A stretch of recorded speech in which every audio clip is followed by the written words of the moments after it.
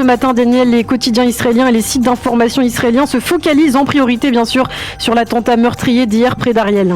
Et oui, le Yediot Aharonot nous montre ce matin les photos des 3 Israéliens qui ont été assassinés par le terroriste. Il s'agit de Tamir Avichai, 50 ans, résident de Kiryat Netafim en Samarie, de Michael Ledidjin, 36 ans de Bat-Yam et de Moti Ashkenazi, 59 ans de Yavne. Et il titre en manchette 3 sites pour l'attentat d'hier et 3 familles détruites. Le Yediot Aharonot parle de crainte d'escalade de la violence, de terrorisme qui relève la tête et de ces 16 minutes durant lesquelles personne n'a réussi à neutraliser le terroriste assassin. Le Israël Hayom, lui, se fait l'écho des obsèques de Tamir Avichai qui se sont tenues hier soir et des oraisons funèbres prononcées par la fille de Tamir, Shachar, et par le président du conseil régional de Samarie, Yossi Dagan, qui connaissait bien la victime. C'était un homme de générosité, a déclaré Yossi Dagan, tandis que Shachar, elle, la fille de la victime, a demandé lors des obsèques: papa, tu étais mon modèle, comment vais-je faire pour vivre sans toi? Et c'est cette phrase terrible qui fait ce matin la manchette du Israël Hayom, avec des photos illustrant les 2 zones où l'assassin a commis ses méfaits. Et puis on se penche, Daniel, sur ce qu'écrivent les éditorialistes au lendemain de ce terrible attentat. Karni Eldad, dans le Israël Hayom, affirme: si Abou Mazen cessait de financer les terroristes et leurs familles, il y aurait peut-être moins d'assassins comme celui qui a frappé hier. Et elle précise: le terroriste qui disposait d'un permis de travail en Israël a abusé de la confiance que lui ont fait les forces de sécurité. Il a détruit cette confiance. Lilar Chouval, toujours dans le Israël Hayom, écrit que la formation d'un nouveau gouvernement doit être l'occasion pour initier une nouvelle stratégie contre le terrorisme. Elle rappelle que dans le passé, Binyamin Netanyahou s'est toujours conduit de manière pondérée sur le plan sécuritaire. Amichai Attali, dans le Yediot Aharonot, reconnaît que le futur gouvernement n'aura pas le droit à une seule journée de grâce. Vous nous avez promis de lutter contre le terrorisme. L'heure est venue de tenir cette promesse, écrit-il ce matin dans le Yediot. Et puis s'il n'y avait pas eu cet attentat terroriste hier, un autre titre ce matin aurait dû faire la une des quotidiens, Daniel, la prestation de serment des députés de la 25e Knesset. Effectivement, Ilana, mais c'est logiquement que cette journée de fête démocratique a été troublée, affectée par l'attentat d'Ariel avec ses victimes. Et même si l'après-midi a été festive hier au Parlement israélien, les élus ont pris soin de ne pas se fustiger, au moins par respect pour les 3 victimes de l'attentat et peut-être aussi par respect pour l'institution qu'est la Knesset. Et d'ailleurs, le Israël Hayom cite ce matin en évidence les propos du président de l'État Herzog, qui dans un discours remarqué a demandé aux députés de se guérir de cette fâcheuse tendance à s'invectiver mutuellement et perpétuellement dans l'hémicycle.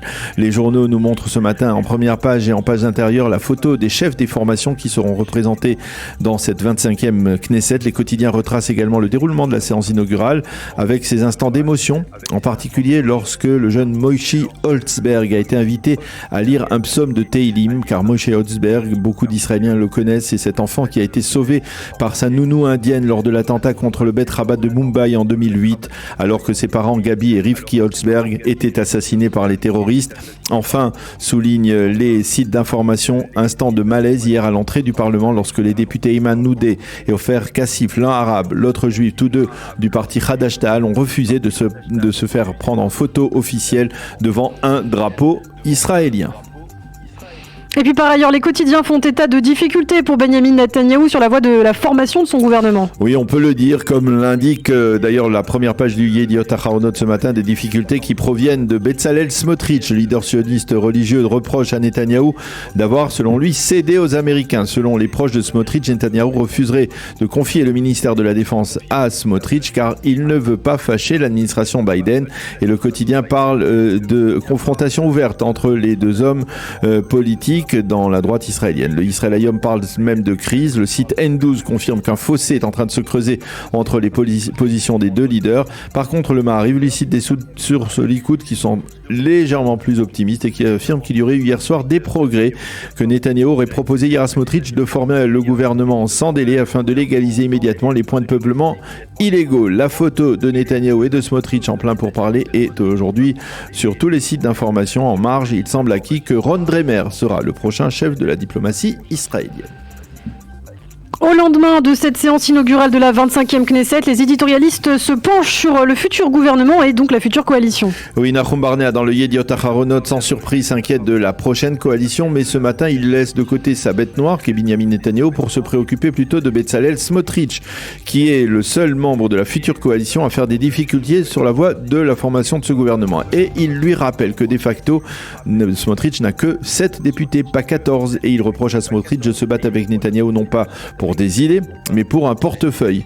Yair Trechinsky, qui écrit ce matin dans le Haaretz que l'opposition anti-Bibi a cessé d'exister, et il considère que désormais Lapid doit envisager une entrée dans la coalition gouvernementale de Binyamin Netanyahou. C'est selon lui le seul moyen de tempérer les ardeurs nationalistes du futur gouvernement. Dans le Israël Hayom, enfin, Mati Tourfeld fait un lien entre l'attentat d'Ariel et la prestation de serment des députés de la 25e Knesset. Il écrit « Cette fois-ci, pas d'excuses, le gouvernement est à droite, il a carte blanche pour agir et défaire le terrorisme. » Et puis enfin, pour terminer, les quotidiens israéliens s'interrogent sur les raisons qui ont poussé le FBI à ouvrir son enquête sur les circonstances de la mort de la journaliste Shirin Abu Akleh. Oui, le Israël Hayom se fait en particulier l'écho de la colère et de la surprise des dirigeants israéliens, y compris du Premier ministre sortant Yair Lapid, qui pourtant a toujours pris soin de se coordonner avec l'administration Biden. Et le Israël Hayom avance une information selon laquelle le FBI aurait ouvert cette enquête avec le ministère de la Justice américain, mais sans prévenir ni la Maison Blanche ni le département d'État.